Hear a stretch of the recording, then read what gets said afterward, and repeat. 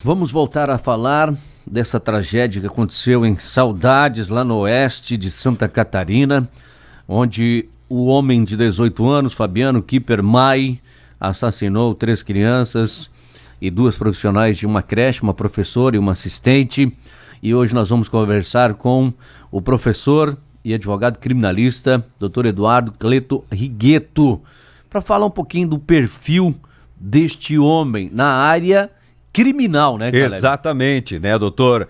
É professor, ele é referência no assunto, e é por isso que nós vamos fazer uma análise do cenário, não é mesmo, Adilson, e do que pode acontecer criminalmente contra esse jovem de 18 anos. Muito bom dia, professor, prazer recebê-lo aqui. Bom dia, Caleb, bom dia, Adilson, bom dia a todos os ouvintes aí do Bate-Boca Trombone. Prazer estar com vocês aqui também. Muito obrigado por nos atender. Então, doutor, criminalmente a gente já sabe, né, do que ele vai responder, mas na sua análise também, né, mais nesta sua área, no entendimento do crime que ele cometeu, que aqui no Brasil já aconteceram outras vezes, mas mais é fora do Brasil que acontece esse tipo de crime, esse atentado terrorista, digamos, dá para dizer assim? Não chega a ser um atentado terrorista, chega a ser um atentado, né? Não chega a ser um terrorismo, porque o terrorismo ele tem uma amplitude maior, um foco maior. Mas chega a ser um atentado, até porque acaba sendo até então, segundo a própria investigação da Polícia Civil, algo imotivado, né? O que levaria um jovem de 18 anos, com algumas características peculiares, como supostamente vítima de bullying ao longo da adolescência, um cidadão com uma característica apontada pelo delegado, que é com uma personalidade voltada a maltratar animais domésticos, introspectivo, ou seja, aquele rapaz mais fechado, sem diálogo familiar, que acaba, na verdade, então, agindo como muitas vezes a gente vê nos Estados Unidos, por exemplo, jovens, né, que saem de casa, entram em cinemas, metralham todo mundo, e ele, na verdade, acabou fazendo esse verdadeiro atentado na escola lá, na creche lá em Saudades. O que nós podemos apontar disso, Caleb e os nossos ouvintes, sobre esse caso?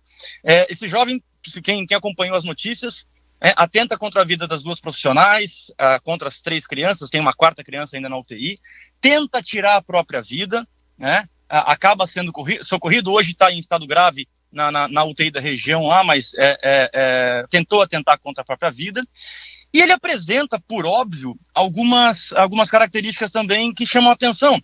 Óbvio que um cidadão com 18 anos, na flor da idade, não goza da sua saúde mental perfeita para fazer tal situação contra pessoas que não tinham sequer, segundo a investigação da polícia, nada a ver com o seu convívio.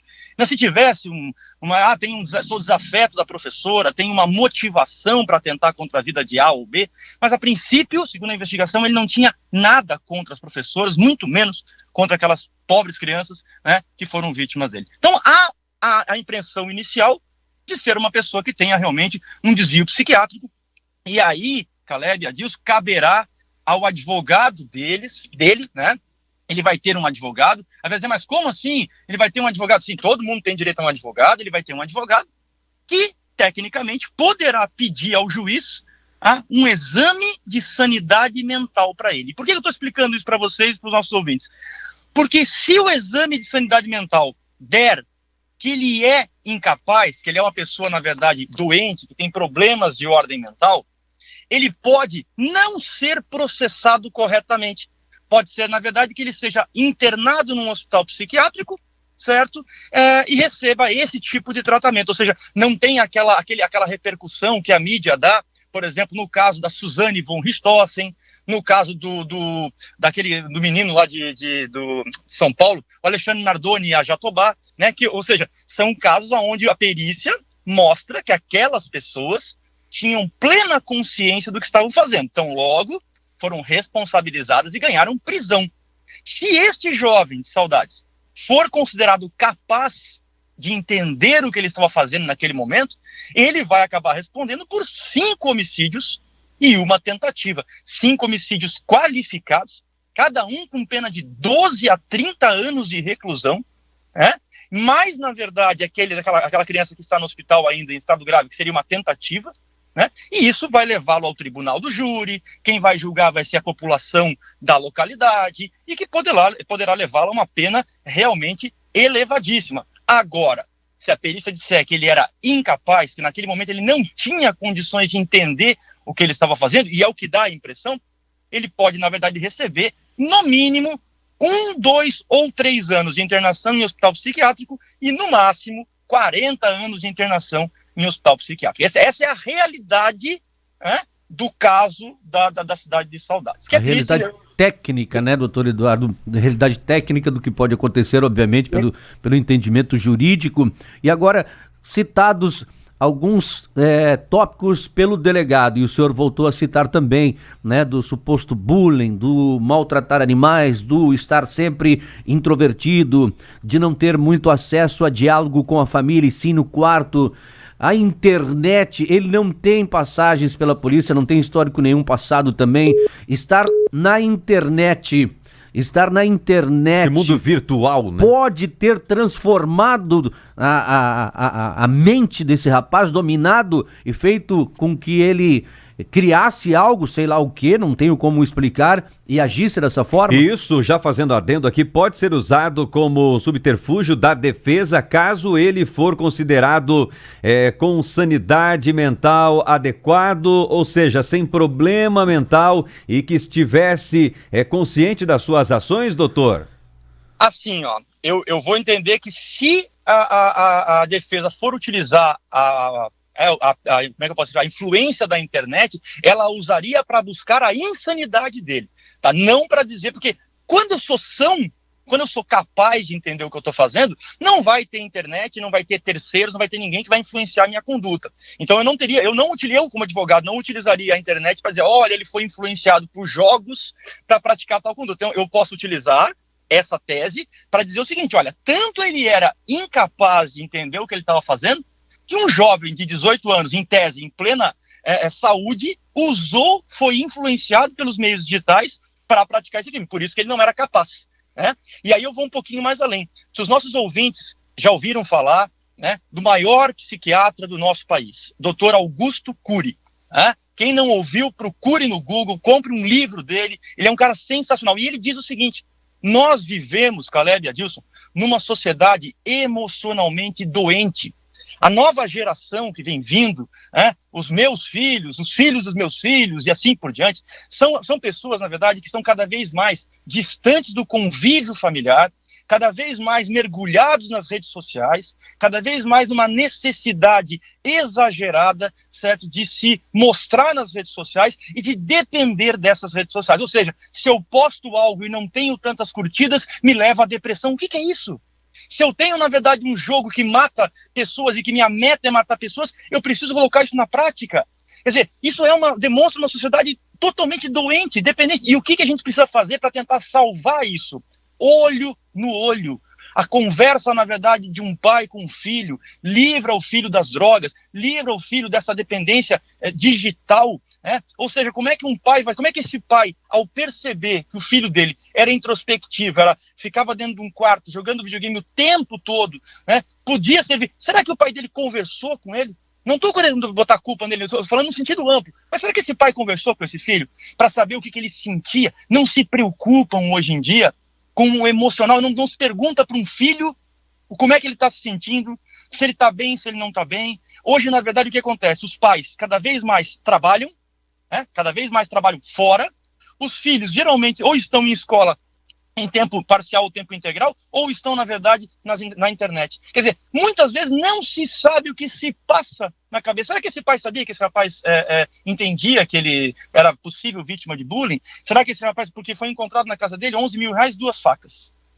A origem desse dinheiro, qual seria? O que seriam essas 2 facas? Será que ele praticaria outros atentados?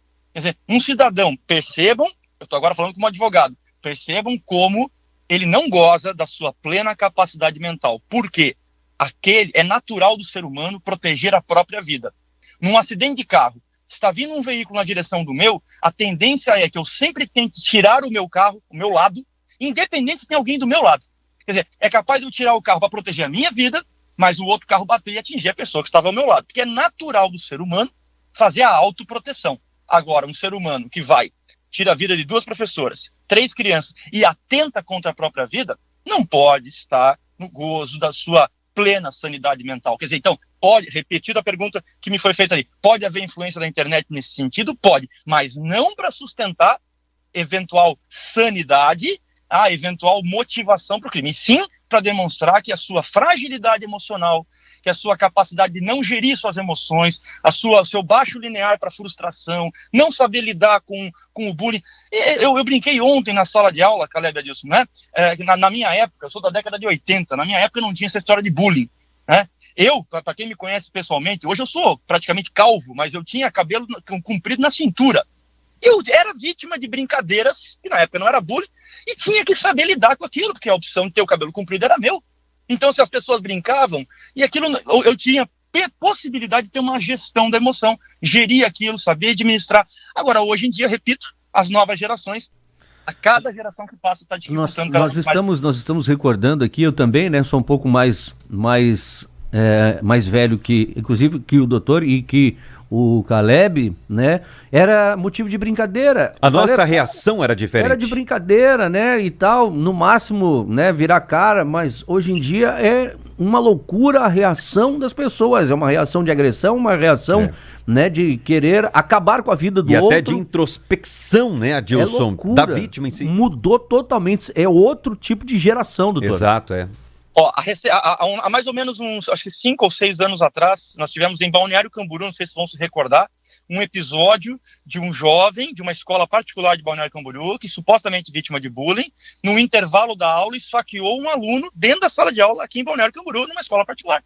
Eu atendi, inclusive, a vítima nesse caso, eu fui advogado da vítima, eram 2 menores, e ao ouvir o menor que deu o golpe de faca, né, não tirou a vida, graças a Deus, ele conseguiu sobreviver, mas o menor que foi ouvido na delegacia da infância na época, disse, né, eu era vítima de bullying, então um belo dia cheguei em casa, peguei uma faca, fui para a escola, no intervalo, quando os alunos estavam em sala de aula, ainda naquela confraternização em sala de aula, ele simplesmente se dirigiu a um deles e deu alguns golpes de faca. Quer dizer, volto a dizer, nós precisamos do envolvimento das famílias, olho no olho, eu sempre ouvi isso desde a minha infância, para tirar crianças das drogas, os pais precisam olhar nos olhos dos seus filhos e compreender o que esses filhos sentem, não é ficar no automático, não é trabalhar de segunda a segunda e o filho ficar em casa na internet ou na escola em tempo integral ou com a babá, é pai e mãe, não é pegar e entregar o filho para o conselho tutelar porque não consegue criar, é pai e mãe, olhar no olho dessa criança e tentar sentir essa criança, entender, quem sabe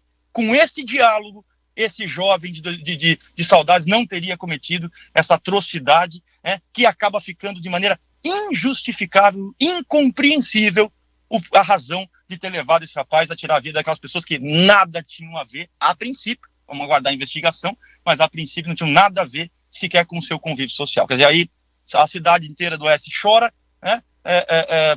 pelas 5 mortes, e aí esperamos aí, né, que aquela criança que está na UTI se recupere e possa continuar a sua vida daí para frente. Obrigado, doutor. Prazer recebê-lo mais uma vez aqui, Eduardo Cleto Rigueto. Ele que é advogado e também professor universitário, trazendo amplamente uma análise em relação a esse caso da cidade de Saudades e também daquele que acabou promovendo essas mortes no município. Eu que agradeço, obrigado pelo convite e uma ótima manhã para todos.